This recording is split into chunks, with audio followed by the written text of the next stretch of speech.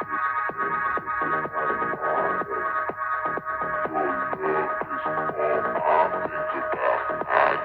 can't get you out of my head.